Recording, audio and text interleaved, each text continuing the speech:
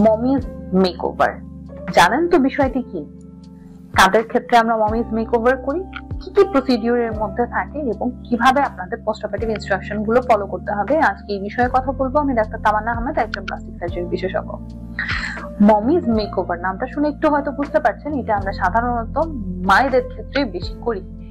এছাড়াও অন্য কারো এই সমস্যা থাকলে তাদের ক্ষেত্রেও করা যায়, কিন্তু মায়েদের কথা এই কারণে বলছি কারণ প্রেগন্যান্সির পরে মায়েদের শরীরে কিছু চেঞ্জ আসে, যেমন তাদের ব্রেস্টটা বড় হয়ে যেতে পারে, ঝুলে যেতে পারে, আবার কখনো কখনো বুকে দুধ পান করার পরে ব্রেস্টটা ছোটও হয়ে যায়। সো আপনার ব্রেস্টের যে কোনো এই ধরনের সমস্যা, তার উপর নির্ভর করে আমরা আপনার ব্রেস্টটাকে কারেক্ট করে দিতে পারি বা ইউথফুল একটা পজিশনে নিয়ে আসতে পারি।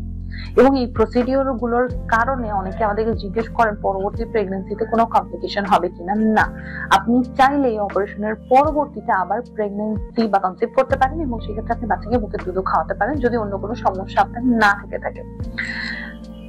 স্তন বা ব্রেস্টের পরে চলে আসেন মায়েদের মেইন সমস্যাটা হয় পেটে।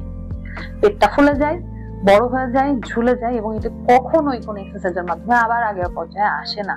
এক্ষেত্রে আমাদের পেটে যে মাসল গুলো থাকে সেগুলো দুই সাইডে সরে যায় এবং পেটটা অনেকটা ঝাপসা হয়ে যায় বা দুই সাইডে আমাদের যে কার্ভেচারটা থাকে সেটা আর কোনোভাবেই মেনটেন করা সম্ভব হয় না।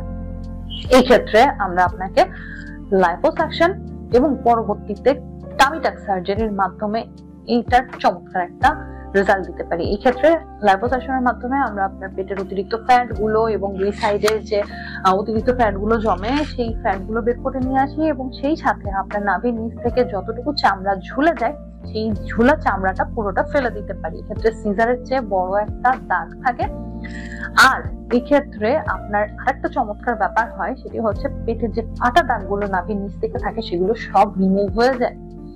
সো এই সমস্যাটাও যায় এবং ভেতরে যে আমাদের মাসল গুলো দুই সাইডে ল্যাপস হয়ে যায় এবং পরবর্তীতে যে হার্নিয়া ডেভেলপ করে অনেকের ক্ষেত্রে, সেটাও আমরা একসাথে কারেকশন করে দিতে পারি। এরপরে আসি মেইন সমস্যা হয়ে যায় আমাদের ভেজানাতে। বাচ্চা হওয়ার পরে আমাদের মেয়েদের ভেজানা গুলো লুজ হয়ে যায় বা যোনিপথটা লুজ হয়ে যায়। এই একই সেটিং এ আমরা তাদের ভেজানার টাইটেনিং বা ভেজানা প্লাস্টি অপারেশনের মাধ্যমে এই সমস্যাটাও সমাধান করতে পারি। এই ছিল মোটামুটি বেসিক যে সমস্যাগুলো। এছাড়াও অন্যান্য জায়গায় যেমন হাতে, আর্মেতে অথবা দুই থায়েও যদি আপনার স্কিন লুজ হয়ে যায় বা অতিরিক্ত ফ্যাট থাকে, একই সেটিং এ আমরা সেটিও কারেকশন করে দিতে পারি।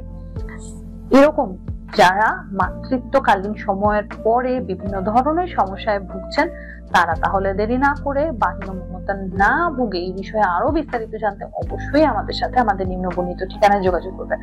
ধন্যবাদ।